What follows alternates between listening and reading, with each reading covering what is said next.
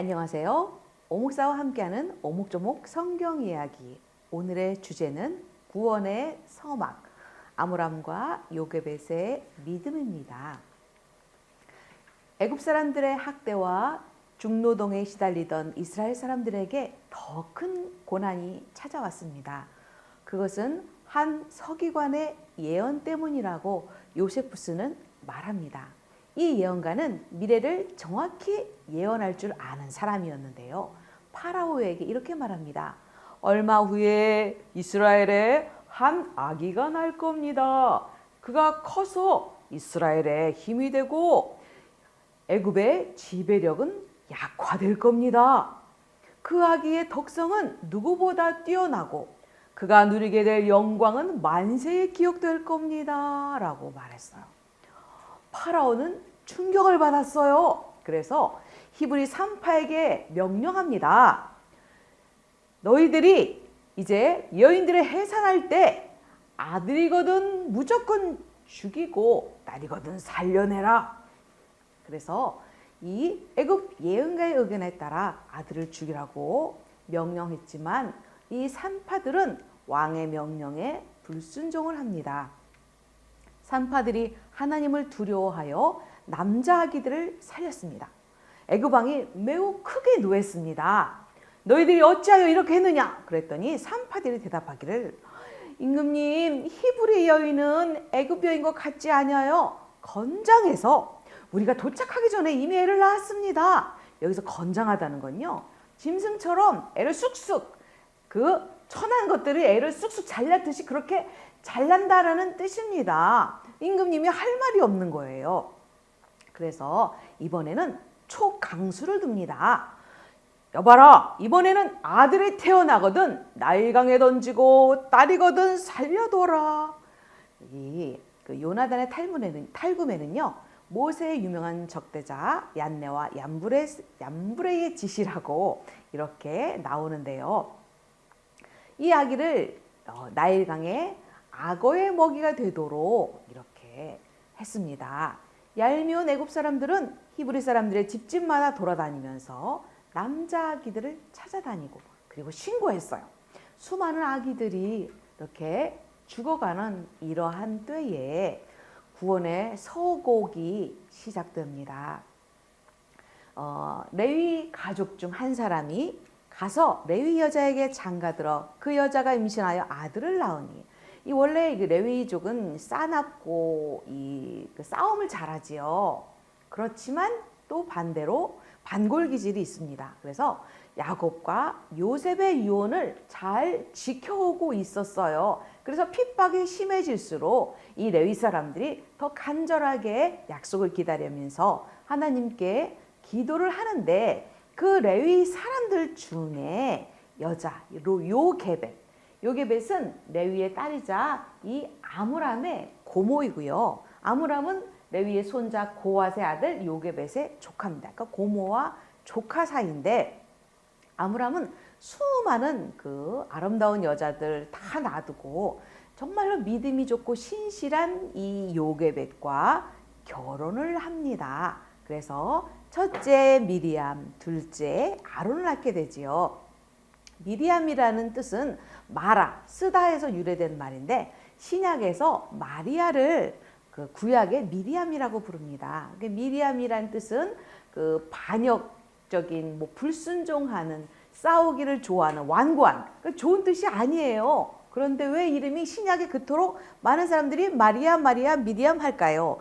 그것은 어디에 반역하냐 하면 애굽 왕, 이집트에 반역한다. 그 나쁜 뜻에 우리는 반항한다. 이런 뜻이기 때문에 그렇게 딸의 이름을 반항하는, 불순종하는, 싸우자, 이런 뜻으로 지은 거예요. 그래서 아론까지는 아무리 박해 속에서도 살아남았는데, 이제 아기들을 물에 던지라고 하는 이 파라오의 이 법의 명령에 아므람은 고민을 합니다. 그래서 아내와 헤어질 결심을 하게 되었어요. 그래서 이제 모든 남자 아기를 물에 던지라고 했을 때 아내 요게벳을 쫓아냈다라고 그 야살의 책에는 나옵니다. 이 딸, 그 미리암은 이제 미리암과 아론이 그 아버지와 같이 살고 있을 때 갑자기 미리암이 예언하는 거예요. 아버지, 걱정하지 마세요.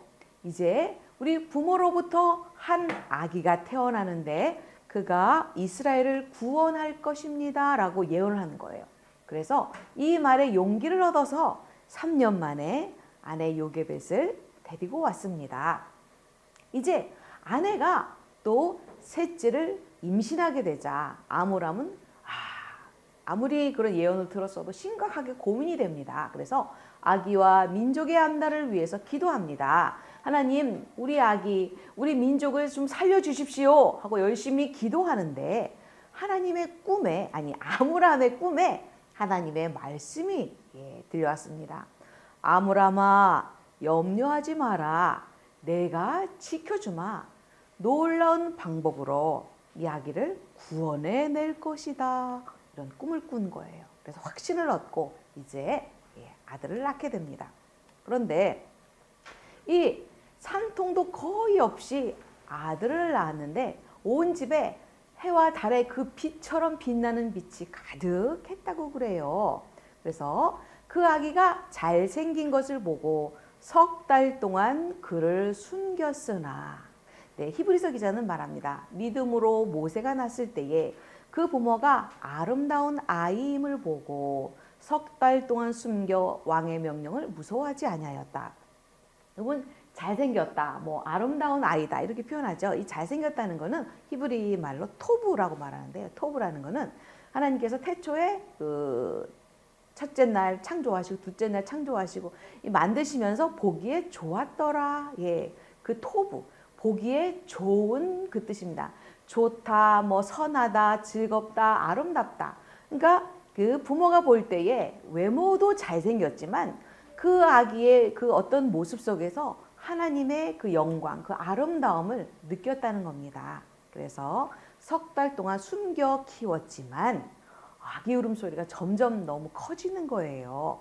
그래서 더 숨길 수 없게 되자 그 아기를 위해서 갈대 상자를 가져다가 역청과 나무지를 칠하고 아기를 거기 담아 나일강가 갈대 사이에 두고, 이 갈대라는 것은 파피루스를 말하는 거고요. 상자는 히브리어로 테바라고 합니다. 파피루스 테바를 가져다가, 이 테바가요 구약 성경에 딱 2번 나옵니다. 근데 한 번은 노아 방주, 노아의 방주가 노아의 테바입니다. 그리고 여기 모세가 모세를 위해서 만들었던 갈대 테바. 그래서 이 갈대 상자는 하나의 완벽한 방주였다는 겁니다. 노아의 방주가 인류의 새로운 종족을 보호하는 방주였다면 이 갈대 상자는 이스라엘의 구원자를 보호하는 방주였습니다. 그래서 갈대 사이에 이렇게 놔두고 어떻게 되나 이 엄마와 딸이 지켜보고 있었습니다. 이 미리암이 어떻게 되는지를 멀리서 이렇게 지켜보고 있었습니다.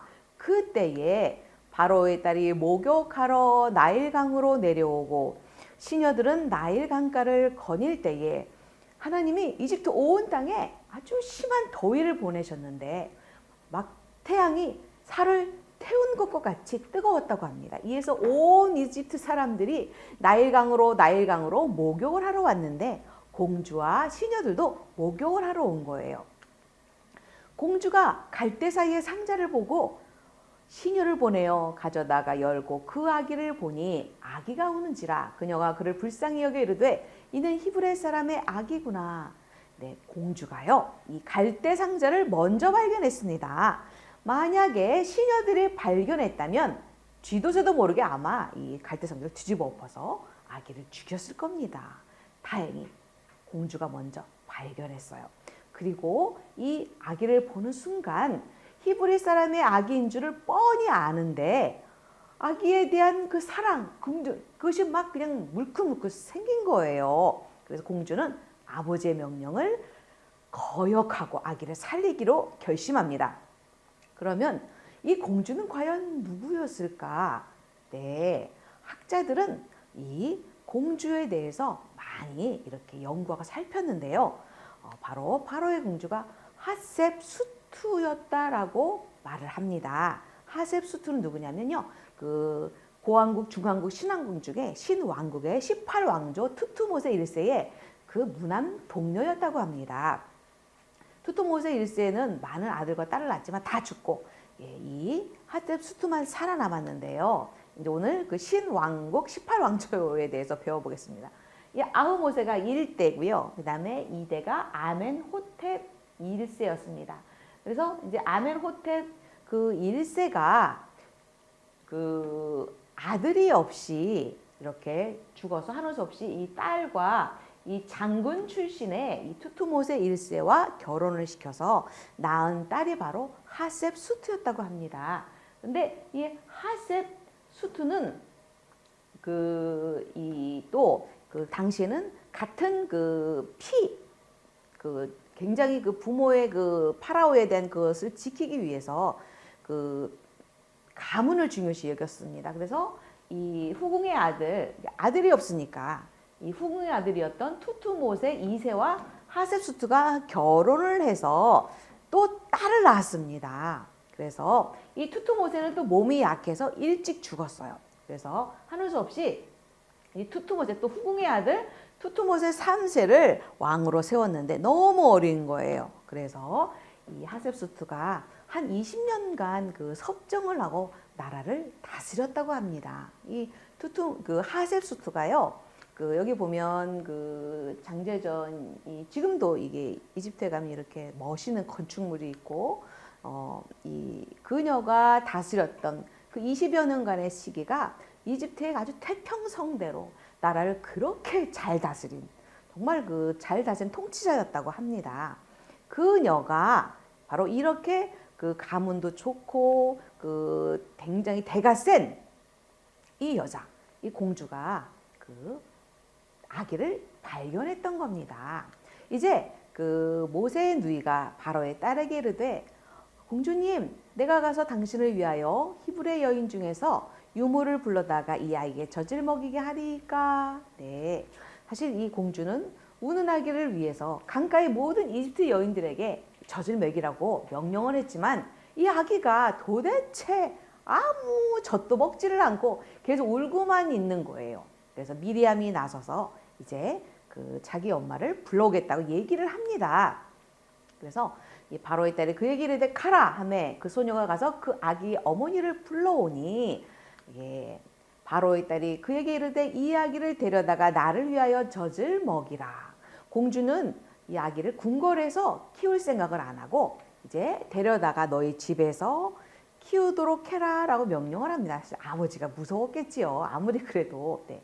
그래서 그 말하기를 내가 그 삭슬 주리라. 여인이 아기를 데려다가 젖을 먹이더니 이 삭슬 준다는 건요. 유모로 고용이 됐다는 얘기입니다. 아이를 돌보는 일에만 전념할 수 있게 된 겁니다.